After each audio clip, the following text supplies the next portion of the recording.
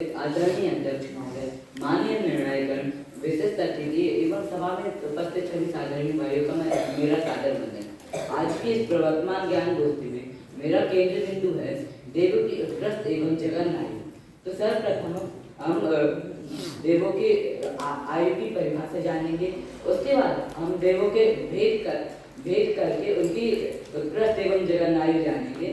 तो शरीर की स्थिति को ही आयु कहते हैं और आयु का पूरा नाम आयुष्य है।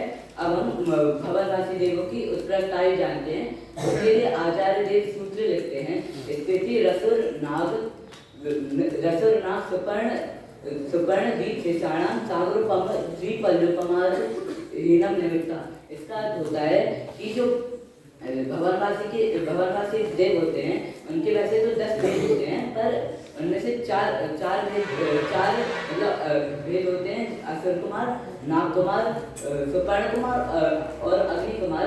इनके भेद इनकी उत्कृष्ट आयु क्रमशः होती है। जैसे असुर कुमार जाति के देव की साधिक सागर आयु होती है। साधिक का मतलब होता है कुछ अधिक, मतलब एक सागर से कुछ अधिक आयु इनकी होती है। इसके बाद नाग कुमार जाति की देव की होती है साधिक 3 पल्ले, और सुपर्ण कुमार जाति की देव की होती है साधिक 2.5 पल्ले, और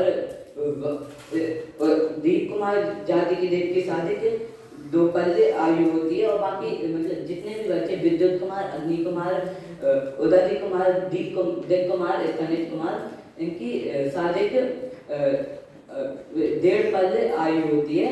अब हम इनकी जगन आयु जानते हैं। तो उसके लिए सूत्र आता है भवनेषु 4। इसका अर्थ होता है भवनवासी देव भी, क्योंकि इसके पहले वाले सूत्र में आया था कि जो नारकी होते हैं, पराक्रम नरक के नारकी, उनकी 10,000 वर्ष आयु होती है, जगन आयु होती है।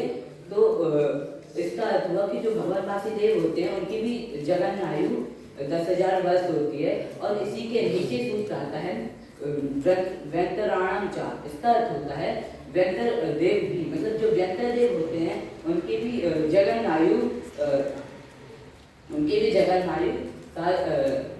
10,000 वर्ष होती है।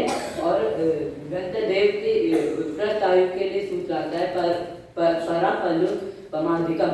इसका अर्थ होता है जो एक पल्ले साधिक 1 पल्ले, मतलब 1 पल्ले से कुछ अधिक, यह आयु होती है व्यंतर देव की। और इसके नीचे सूत्र आता है ज्योतिष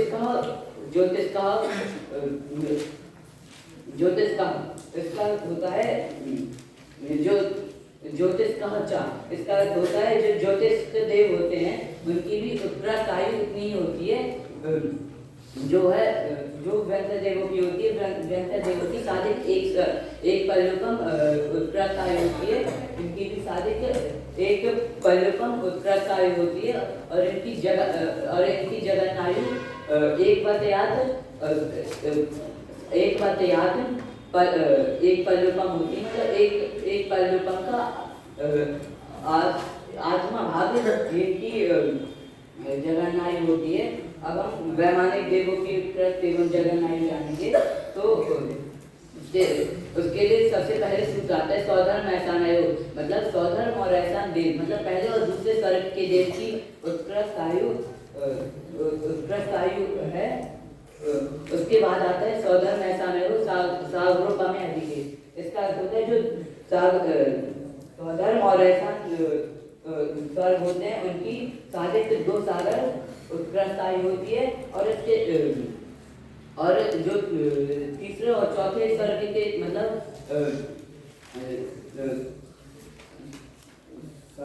सानत कुमार महेंद्र देव की आयु होती है वो साधिक 7 सागर होती है। ऐसी उसके बाद एक सूत्र आता है त्रिसप्तनव एकादश त्रयोदश 10 वीरमानितु। इसका अर्थ होता है कि 5वें छत्ते से मतलब भ्रमण ब्रह्मोत्तर फिर लांतो कापेक्ष शुक्रम हासुक्रम साता सहसा लांत आणत प्राणत और आणत च्युत, इनमें क्रमशः बढ़ती जाती है। जैसे भ्रमण ब्रह्मोत्तर में उत्कृष्ट आयु साढ़े 10 सागर होती है। फिर लांतो कापिस स्वर्ग में मतलब 7वें और 8वें स्वर्ग में सादिक 14 सागर आयु होती है उत्कृष्ट। और फिर शुक्र महाशुक्र में सादिक 16 सागर उत्कृष्ट आयु होती है। फिर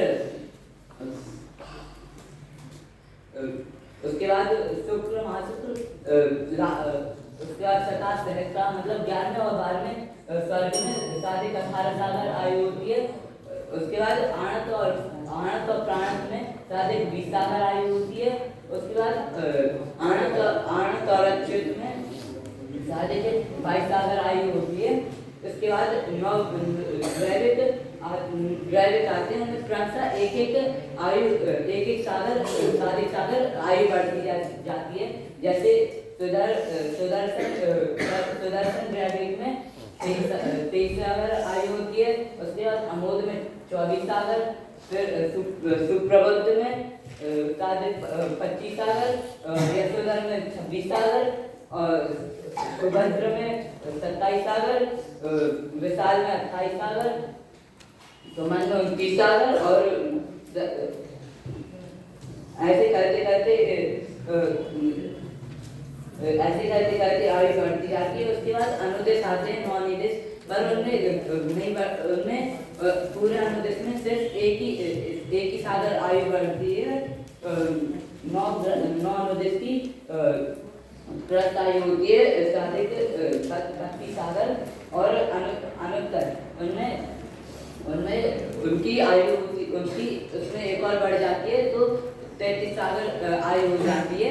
और 33 सागर के ऊपर एक पर्याय कोई भी जीव एक नहीं रह सकता।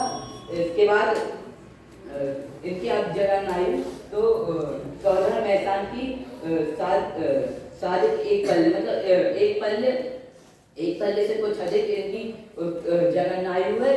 और ऐसा इसमें गणित है कि जो मतलब जो पिछले वाले स्वर्ग होंगे उनमें उनकी जगन आयु जो उसके पहले वाले स्वर्ग हैं उनकी उत्कृष्ट आयु होगी। उसी प्रकार कुमार महेंद्र में सादिक 2 सागर उत्कृष्ट आयु होती है। इस प्रकार ब्रह्मोत्तर लांतो कापिस शुक्र महाशुक्र 27 सहस्त्र आणत प्राणत और आणत अच्युत में क्रमशः इनके पीछे वाले स्वर्ग की उत्कृष्ट आयु इधर की जगन आयु बन जाती है। और ऐसा ही ड्रैविकों में है। जैसे सुदर्शन की मतलब जैसे 15वें और 16वें स्वर्ग मतलब आणत और अच्युत की सादिक 22 सागर आयु थी। तो सुदर्शन ड्रैविक में उसकी वो जगन आयु सादिक 22 सागर हो गई। और उसके बाद ऐसे ही क्रमशः बढ़ते अनुत्तर में सादिक 32 सागर उसकी बत्तीस सागर उसकी जगन आयु होती है। और अनुत्तर के 5 वेद होते हैं, विजय, वैजयंत, जैन, अपराजित और सर्वासिद्धि। और जिसमें जो ये सर्वार सिद्धि है उसमें उसकी जगन आयु नहीं होती, उसकी एक ही आयु होती है। अगर सर्वार सिद्धि में कोई भी जाएगा तो उसकी आयु 33 सागर निश्चित ही है। इसी प्रकार मेरा विषय रहा। अंत में बस मैं इतना ही करना चाहूँगा कि हम इस भाव में इतने धर्म ध्यान कर ले कि अगले भाव में हमें चरण शरीरी या एक भवावतारी कहें।